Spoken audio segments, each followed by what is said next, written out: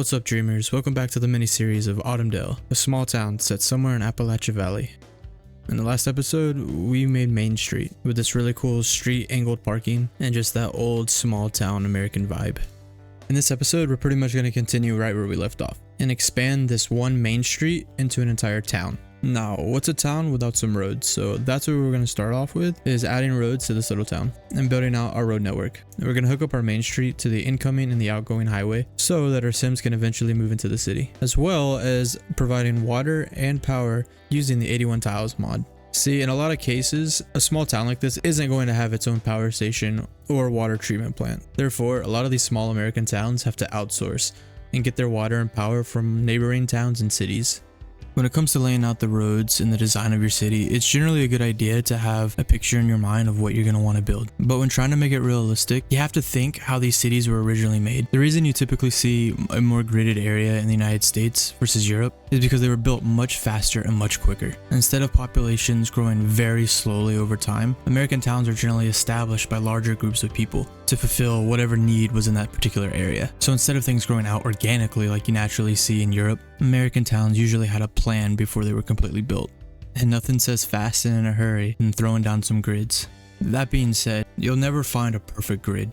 Maybe excluding Salt Lake City, that is. But even then, generally the roads are off by a little bit, or they have to deviate for things like rivers or creeks. In the case of our little town, it's going to be our railroad track, and then the river off to the left here. One of my favorite things within building fictional cities and city skylines is lore building, giving your little town a backstory. And so that's what we're going to do here with Autumndale. See, Autumndale was established in 1789. The state government knew that Appalachia Valley was extremely fertile, and with the rise for demand in cattle, the state offered up large plots of land within Appalachia Valley for farmers to grow corn to feed the cattle back east near the coast. However, other than growing corn, the residents found that the ground was perfect for growing pumpkins. Autumndale was going to be the city center of Appalachia Valley. Its location was chosen specifically because it was right near the river and the expanding rail out west cut straight through. We have to begin by connecting Main Street to the incoming highway. If you think about it, it wasn't always a highway, it was probably a dirt road or a trail that actually wasn't gridded out or planned. It was people following the railroad until they found a spot that was suitable for building. They moved off, gave themselves a little distance, and then created their town. So without being too precise, we're going to connect up our Main Street to the incoming highway.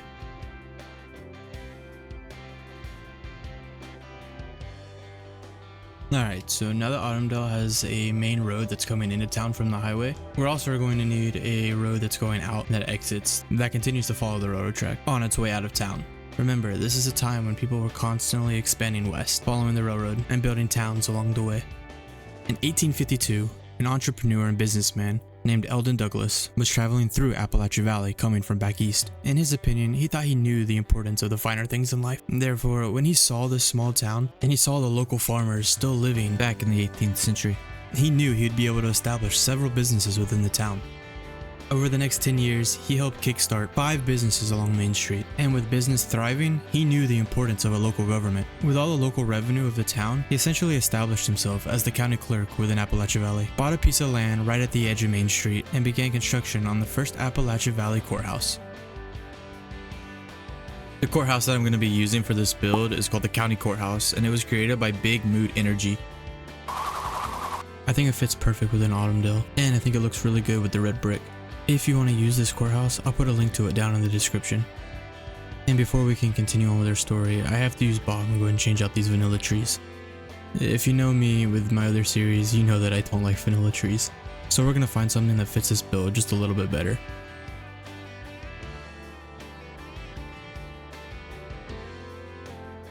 Now, Mr. Douglas, he loved all things beautiful, so he made sure that the block that the courthouse was on was sectioned off to become a park with beautiful landscaping. I went ahead and added a small parking lot with several autumn trees and leaf decals, and I created this to be a city park.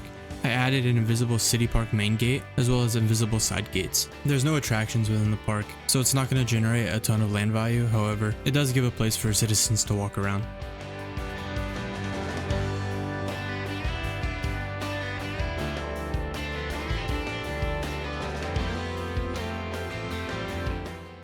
Now, over the years, several businesses were eventually established, and with the release of the Model T in 1908 came the need for gasoline or petroleum, and the first ever gas station was put in right across the street from the courthouse. Now, of course, it's been renovated several times throughout the years, but the location still stands to this day. For this particular gas station, I'm using the Chevron gas station, which was put on the workshop by Willem DHJ. Since the concrete is red brick for the theme of this build, I'm gonna have to overlay it with procedural objects pulpable concrete, because obviously not everywhere is going to be that red brick. Also, you often see how a lot of businesses and stores don't have an actual way for cars to drive up into them. It's just the business is right next to the curb, and it's like they're expected to drive on the curb into the business. So a way that I like to overcome this, just drag a small road that goes into the business to make it look like there's a place to turn in. However, if you do this, you need to make sure that you come back in with T and PE and give right of way to the people on the main street, and make sure that the people pulling out of the parking lot are either yielding or stopping. Make sure when you use ploppable asphalt and then turn it into a procedural object and make it your parking lot, you can change the color of it so that it matches your highways, your roads, or really whatever you want. With business booming and money flowing, of course, this brought crime to the little town of Autumndale. One of the small stores on Main Street was robbed and then set fire to try to hide any evidence that was left. As the county clerk and eventually the mayor of Autumndale, Mr. Douglas knew that he would need a police force and a fire department. So right near Main Street, the first ever Autumndale Police and Autumndale Fire Department was established and ground was broken to protect and serve the little town of Autumndale and throughout the county of Appalachia Valley. So for the police station that I'm using here, it's just a generic police station that was created by NVK. And then for the fire department, it's Fire Station Number 1, made by Spinsel.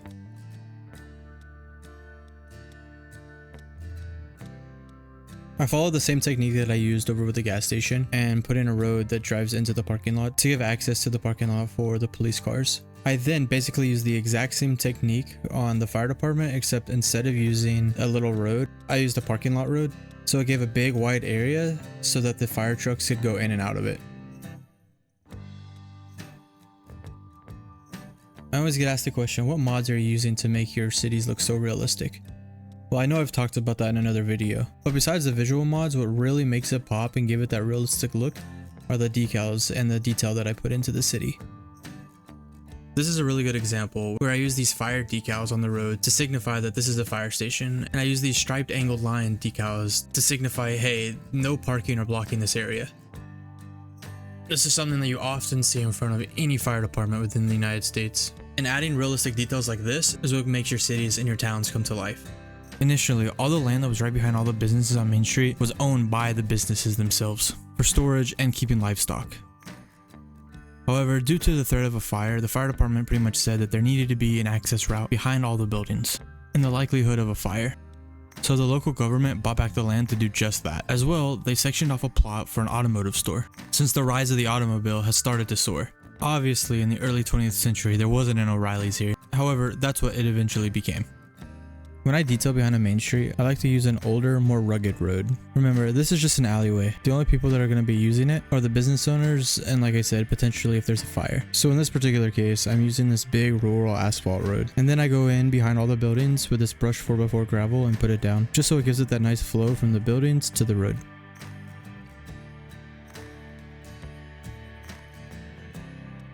I then go in with my TMPE settings just to make sure that this road functions as an alleyway. So it's going to stop at the intersecting road and the main road is going to have the right of way. You really want to add life to this area. Honestly, anytime that there's blank space in Cities Skylines, I think that is what causes the lack of realism. So whether it's trees or bushes, or in this case, we're adding a lot of vehicles, try to fill up every space within a downtown like this. So throughout the 20th century, as more businesses moved into town, more and more laws were passed within the local government. And the local city planners and Chamber of Commerce made sure that it was only small town businesses ran by locals straight from Appalachia Valley. Not everyone wanted to be a farmer. Therefore, small local businesses, shops, and restaurants expanded outward from Main Street to fill up our little town and to give it life. To save the monotony of adding parking lots and vehicles, I used the same exact strategy as before. Procedural objects for the parking lots, along with decals, cars, and trees to detail up behind Main Street. In 1976, the great-great-grandson of Eldon Douglas, Mr. Jonathan Douglas, was an entrepreneur just like his grandfather. He was also very progressive and knew that their little town would eventually need more than just the little local shops in town. He created a petition to add a new franchise grocery store. The older generations didn't want it and wanted to keep business local. However, Jonathan got just enough signatures and the law was passed. However, the Department of City Planning basically said that if it is to be constructed, it has to be built right outside of city limits. So Jonathan bought a huge piece of land right on the city line and constructed the first grocery store within Appalachia Valley, a Safeway.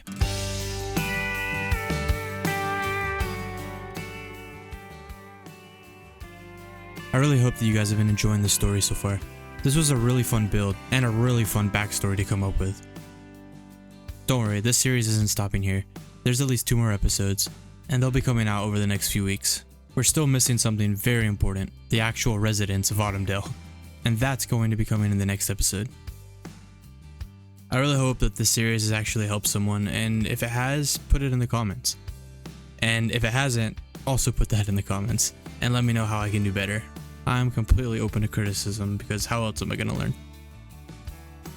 Thank you again everyone for checking out this video, and I really hope to see you guys in the next one. And remember guys, if you can dream it, you can build it.